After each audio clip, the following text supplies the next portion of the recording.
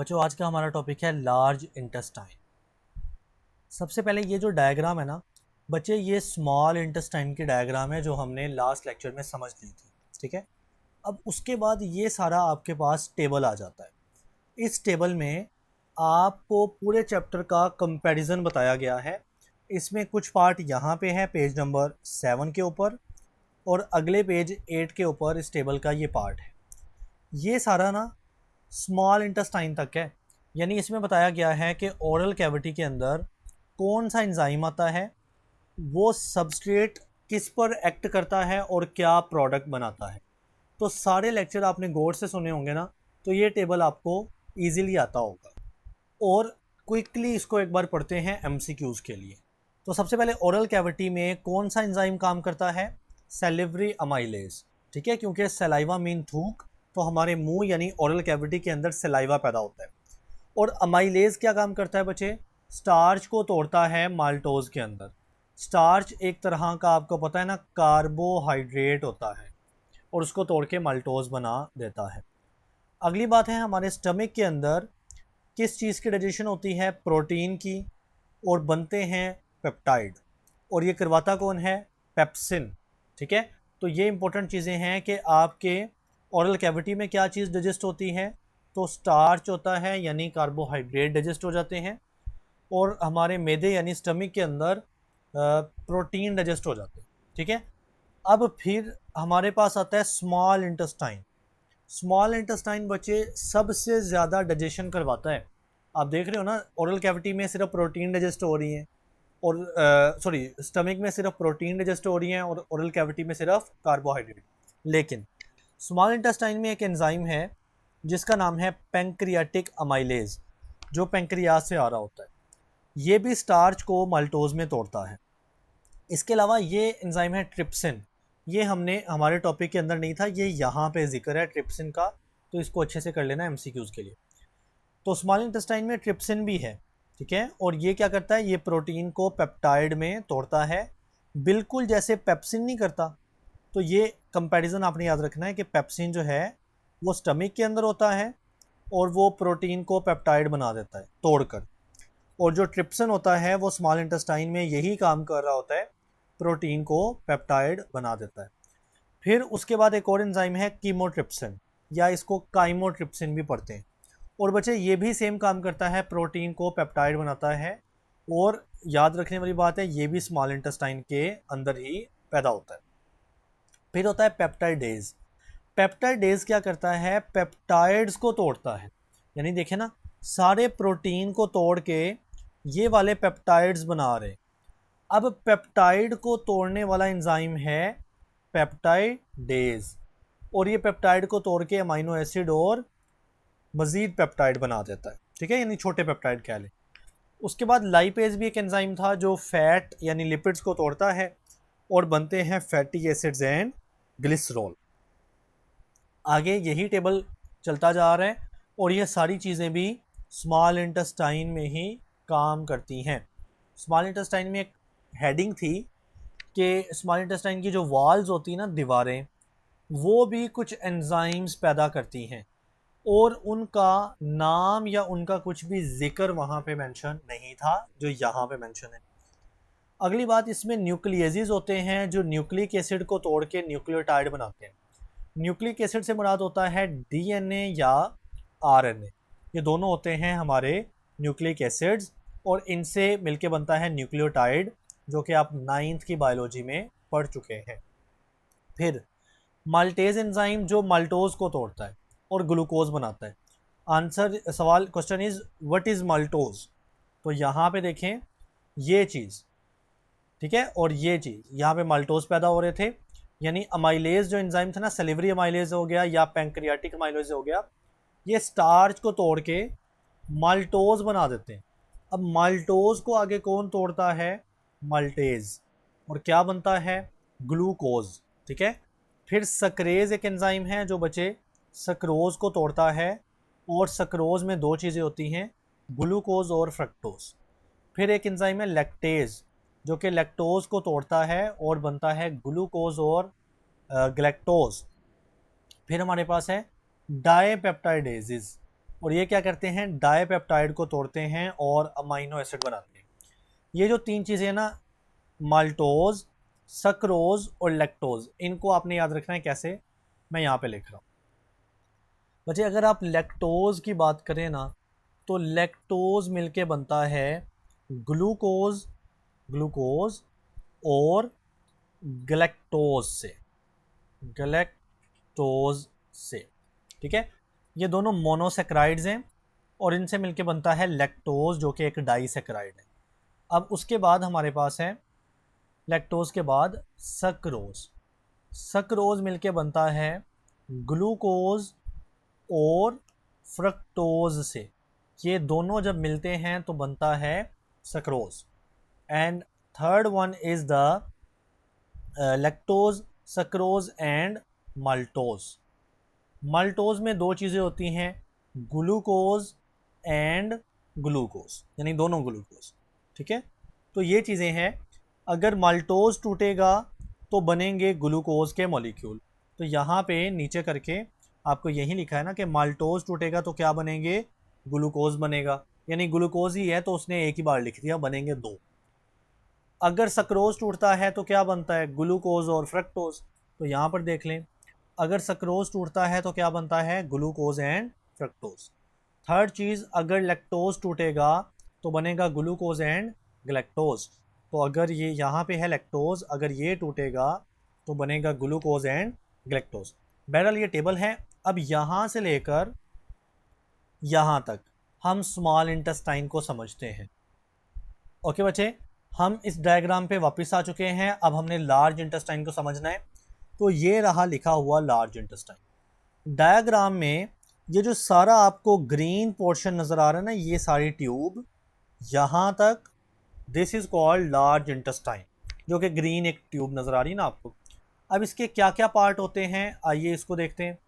तो सबसे पहला पार्ट होता है इसका ये वाला, जिसको मैं मज़ीद ग्रीन कर रहा हूँ और ये चलता जा रहा है, ये नाम है इसका सीकम, ठीक है। स्मॉल इंटेस्टाइन, यहाँ पे स्मॉल इंटेस्टाइन हो रहा है एंड, इसको ब्लैक से करते हैं बच्चे। ये स्मॉल इंटेस्टाइन एंड हो रहा है और ये जुड़ रहा है इस लार्ज इंटेस्टाइन के साथ। तो लार्ज इंटेस्टाइन के का जो सबसे पहला पार्ट, जो कि स्मॉल इंटेस्टाइन के ख़त्म होने पर आता है, उस पार्ट का नाम होता है सीकम। ठीक हो गया। अब बच्चे ये जो सीकम है, ये आप देख रहे हो इस तरह का आपको एक पाउच नज़र आ रहा है, ठीक है।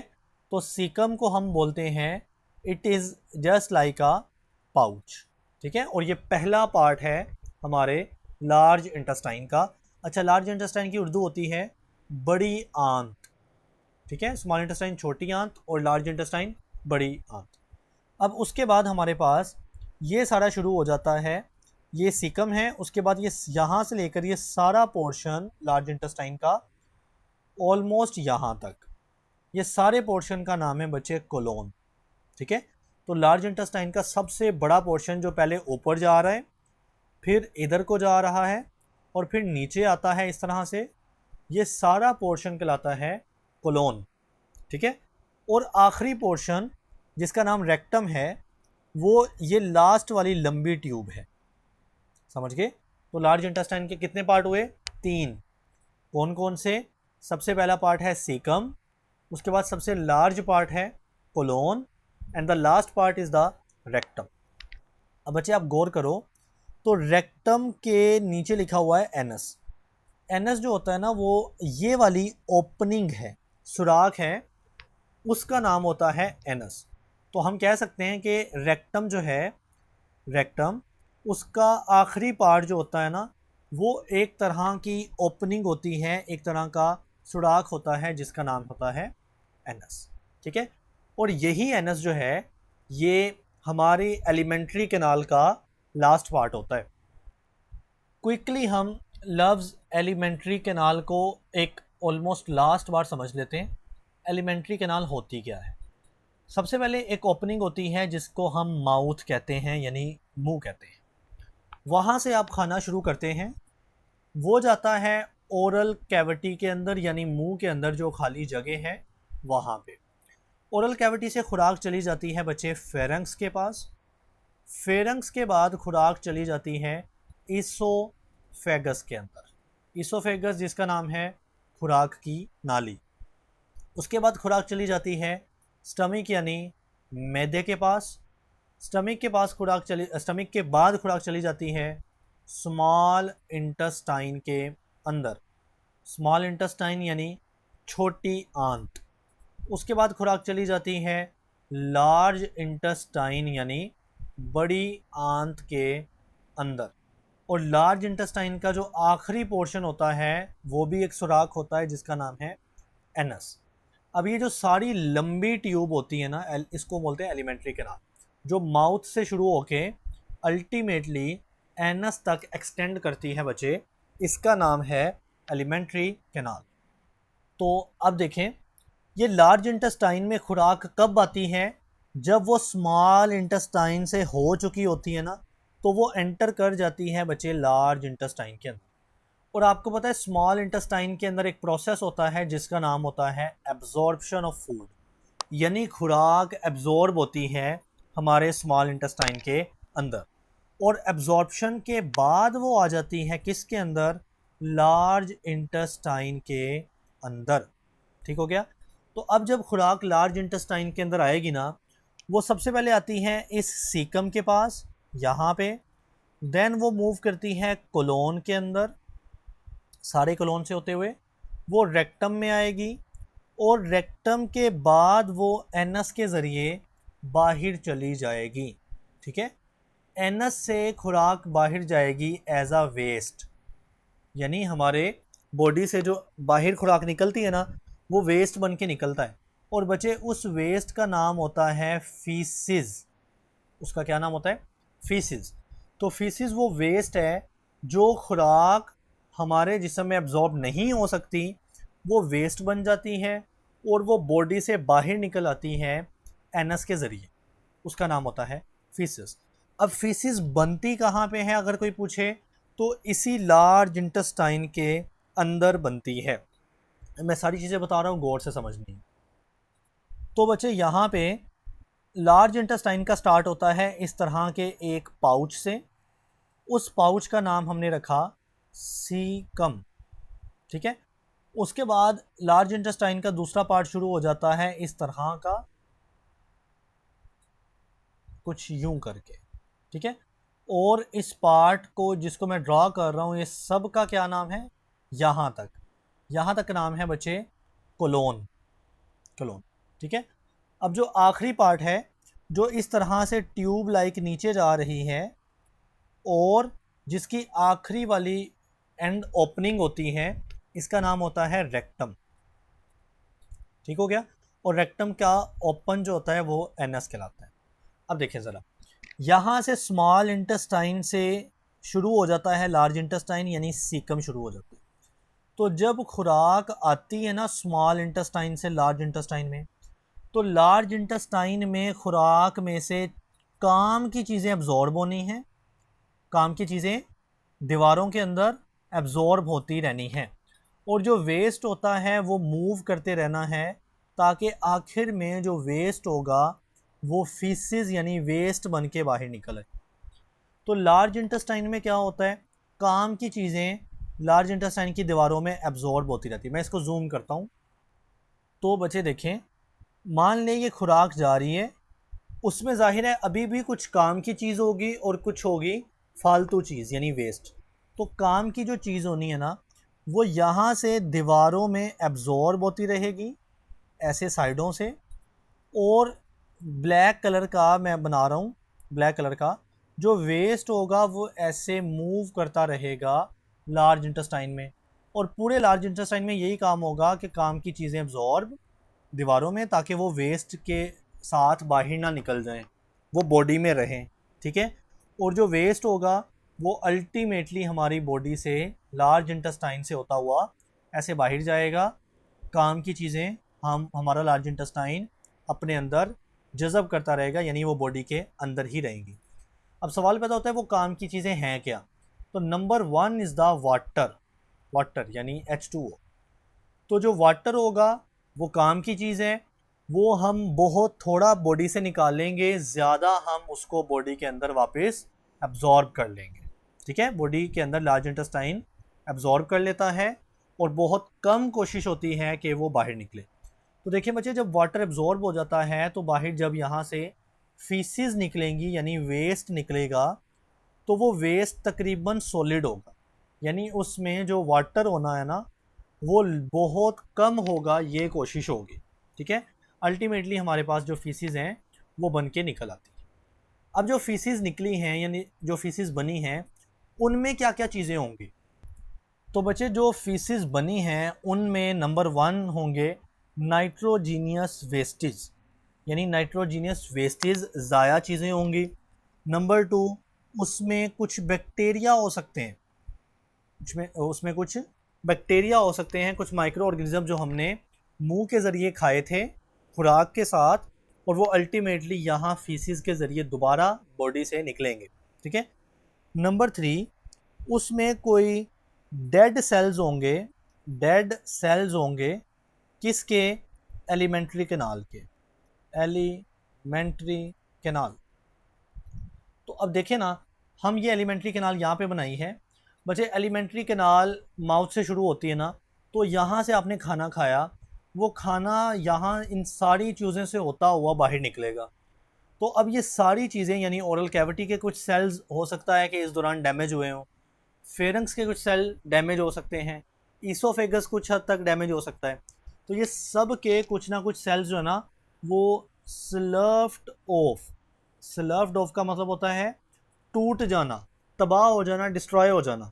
तो इन सारी चीज़ों के, सारे हिस्सों के, एलिमेंट्री कैनाल के कुछ सेल्स भी होंगे जो कि इस प्रोसेस के दौरान डेड हो चुके होंगे, तो वो भी फीसिस के ज़रिए ही बाहर निकल जाएंगे।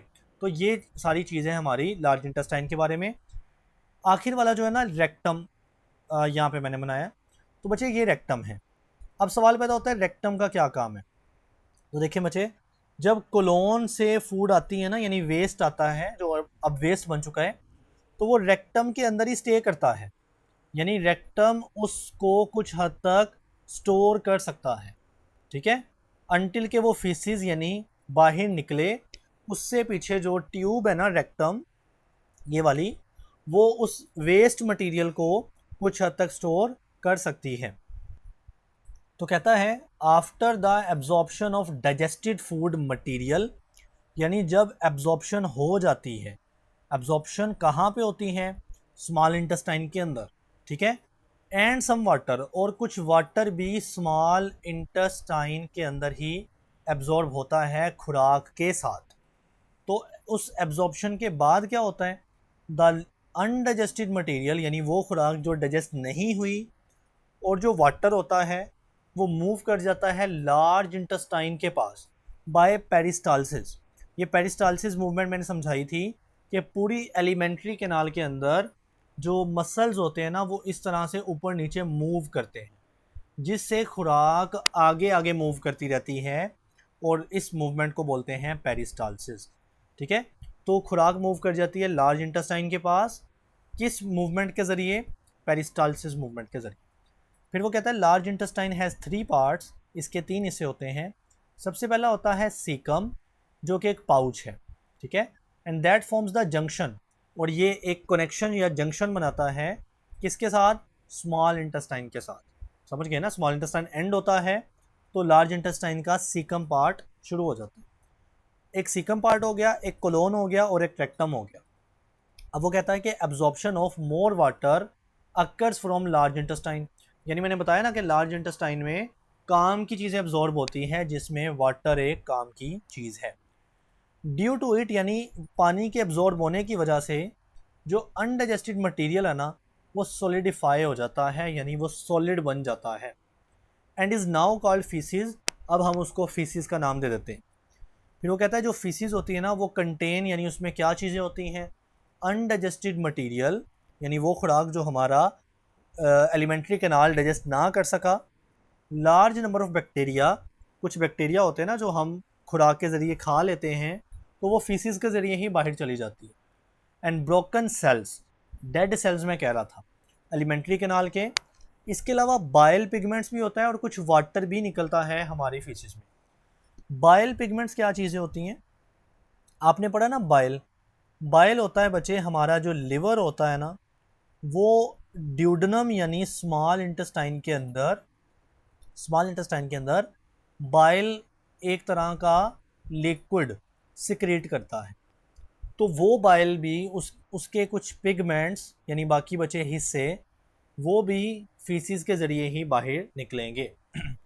उसके बाद एक सेकेंड, कहता है faeces are temporarily stored in the rectum. Rectum के अंदर टेम्परेली स्टोर होती हैं यानी कुछ टाइम के लिए स्टोर होती हैं फीसिस। ड्यूरिंग ईजेशन, ईजेशन ऐसा प्रोसेस होता है जिसमें हम फीसिस को बॉडी से बाहर निकालते हैं, ठीक है। सो ड्यूरिंग ईजेशन यानी ईजेशन के प्रोसेस में फीसिस आर एक्सपेल्ड, ये जो फीसिस होती हैं ये एक्सपेल यानी निकाल दी जाती हैं, आउट यानी बाहर, हमारे जिस्म के बाहर, थ्रू एनस, एनस सुराख या ओपनिंग के ज़रिए।